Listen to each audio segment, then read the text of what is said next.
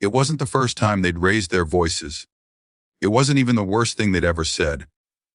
That was the strange part, how ordinary it felt at first. Like the beginning of a familiar storm. Same room. Same hard, back chairs. Same way my father paced when he talked, as if motion made his words more convincing. I don't remember what started it. Something small. It's always something small. A comment about my job. A look exchanged between them that I was never meant to see but always did. You never stick with anything, my dad said. His voice was already loud, already rehearsed. You embarrass yourself and then expect us to defend you. I stood there, hands at my sides, listening the way I'd learned to listen as a child, still alert, waiting for the moment it would tip. My mother didn't look at me when she spoke. She never did when she wanted her words to cut deeper. We gave you everything, she said. And this is what we got in return. Something inside me tightened, then loosened. A quiet shift, like a not finally giving up. My dad stopped pacing and faced me fully. His face was flushed now, eyes bright with the certainty of being right. You've been nothing but a disgrace since the day you were born, he shouted. There it was. The sentence hung in the air longer than it should have, heavy and final. I felt it land not like a blow, but like a confirmation, as if something I'd been carrying without naming had finally introduced itself. My mother's voice came next, sharp and clean. We wish you never existed. I noticed, absurdly, that my jacket sleeve was slightly wrinkled. The cuff folded in on itself where I'd been gripping it earlier. I smoothed it down, slow and deliberate, pressing the fabric flat with my fingers. That small motion steadied me more than anything else could have. I looked at them, really looked. At my father's clenched jaw. At my mother's crossed arms. At the way neither of them seemed afraid of what they'd just said. And I realized something with a clarity that surprised me. They weren't losing control. They thought this was control.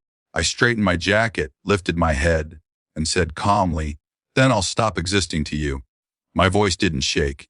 It didn't need to. They stared at me, confused for half a second, as if I'd spoken out of turn in a language they didn't recognize. I didn't wait for a response. I picked up my keys from the table. The metal made a soft, familiar sound in my palm. I walked to the door.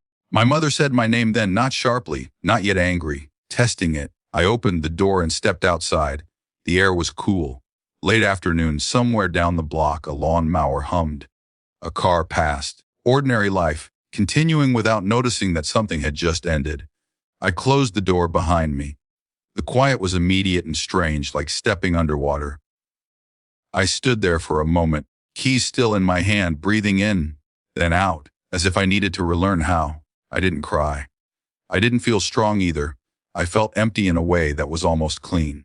I drove for a while without a destination. Let the radio play low.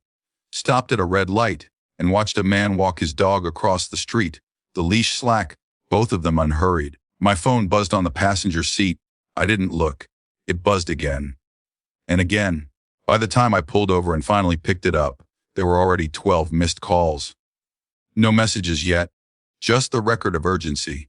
I turned the phone face down and sat there, hands on the steering wheel, feeling something new press in alongside the old familiar guilt. Space. 30 minutes later, when I checked again, the screen was crowded. 42 missed calls. Voicemails stacked like papers that had slid off a desk. I didn't listen to them right away. I went home instead, made tea I didn't really want, sat on the edge of the bed and stared at the opposite wall, noticing details I'd never bothered to before. The small crack near the ceiling, the uneven paint. When I finally pressed play, I did it slowly. The first voicemail was all anger. My father's voice, loud and incredulous, demanding to know where I thought I was going. Accusations. Warnings. The next few were similar. My mother interjected once, sharp and offended. Then the tone began to shift. Confusion crept in. Then irritation edged with something else. Call us back, my mother said in one message, her voice tight. This isn't funny. In another, my father sounded breathless. You don't get to just walk away like that. By the time I reached the later messages, their voices had changed again. Lower. Unsteady. Let's talk about this, my mother said. We didn't mean it the way it sounded.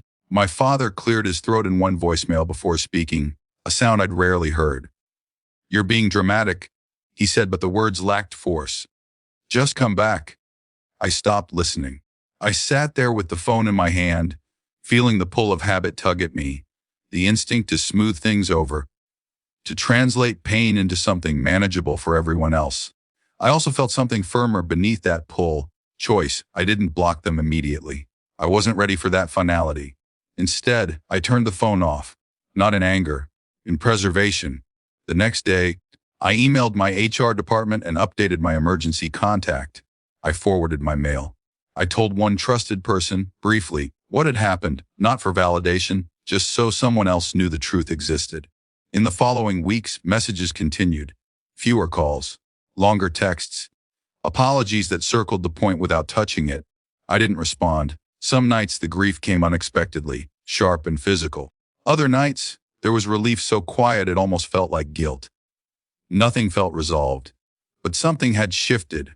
I was no longer arguing for my place in their story. I had stepped out of it entirely. And in the silence that followed, uneasy, unfinished, I began to hear my own life more clearly than I ever had before.